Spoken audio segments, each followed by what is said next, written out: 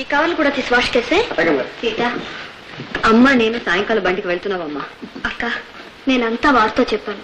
నువ్వు అమ్మ ఇక్కడ ఉండడానికి ఆయన సంతోషంగా ఒప్పుకున్నారు. ఆయన మనసు తెలియక కాదమ్మా, మన మర్యాద మనము కాపాడుకోవాలి కదా. అలాగే నా మర్యాద కూడా నన్ను కాపాడుకోలేవండి. సావిత్రి పెళ్లి మా చేతుల మీదుగా ఈ ఇంట్లో జరిపించిన తర్వాత ఆమెను అత్తవారింట్లో దించడానికి ఒకేసారి వెడుదురుగాని అందాక ఇది మీ బాబు గారు. అవునమ్మా, ఈ సంసారాన్ని ఆదుకోవటానికి ఒక మహాలక్ష్మి మాకు ప్రసాదించిన మీకు ఆ మాత్రమన్నా చేయకపోతే నేను చాలా రుణగ్రస్తున్నైపోతాను. ఇవాళే బయలుదేరి వెళ్ళి మాధవరావుతో మాట్లాడి అన్ని ఖాయం చేసుకొస్తాను. ఏ సావిత్రి, సరేనా? ఆ హరికథలు చెప్పే పిల్ల చూస్తూ చూస్తూ ఆ పిల్లని ఎవరు చేసుకుంటాడు రా?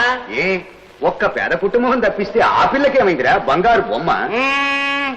కావలిస్తే ₹1,00,000 కట్నం ఇస్తాను.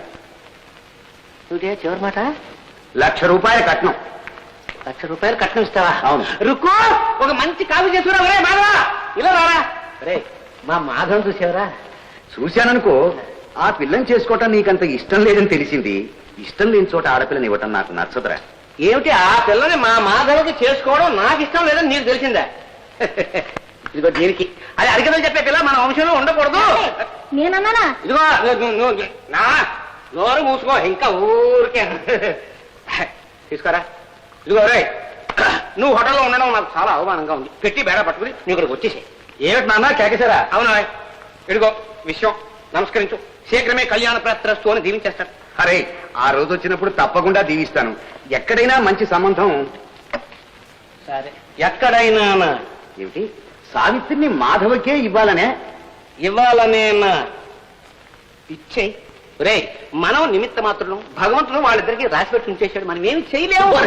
భగవంతుడే కనుక రాసి పెట్టుంటే మళ్ళా మనకి కట్నాలు కారకులు కూడా ఎందుకురా? కానీ ఇదిగో రే, నిన్ను భగవంతుడు కూడా క్షమించడు. మాట అన్నావు, ఆ సావిత్రికి ఏదో రాసి ఇచ్చేస్తానన్నావు, ఇచ్చేసేయి. నాన్న, నీకు ఇదివరకే చెప్పాను నేను కట్నాలు అవి తీసుకోనని. ఏనాటికైనా చేసుకుంటే సావిత్రి చేసుకుంటానని. భేష్, అదేమాట అన్నావు. మగవాడి అంటే నువ్వు ఆడదాని ఆస్తి కోసం ఆశపడేవాడు ఉంటాడు చూసావు, అంతకంటే అధముడు ఉంటాడు. ఇదిగో నువ్వు మాట నువ్వేం కంగారు పడకరా. కట్నం రూపకంగా కాకపోయినా బహుమతి రూపకంగా నేను ఇస్తాను. ₹1,00,000 ఇస్తాను రా. అబ్బబ్బబ్బబ్బబ్బా, ఇదే నీకు చిన్నప్పటి నుంచి ఉన్న తెగులు. ముందు విషయాలు నలిపి నలిపి నలిపి చివరి ఎస్తంటావు. ఒరే చూస్తా, నమస్కరించు, ఆశీర్వదించేస్తాడు. నాకు కాదురా, ఇలాంటి ఇద్దరు రత్నాల్ని కన్నా ఆమెకు, ఆమె ఆశీస్సులు ఉంటాయి.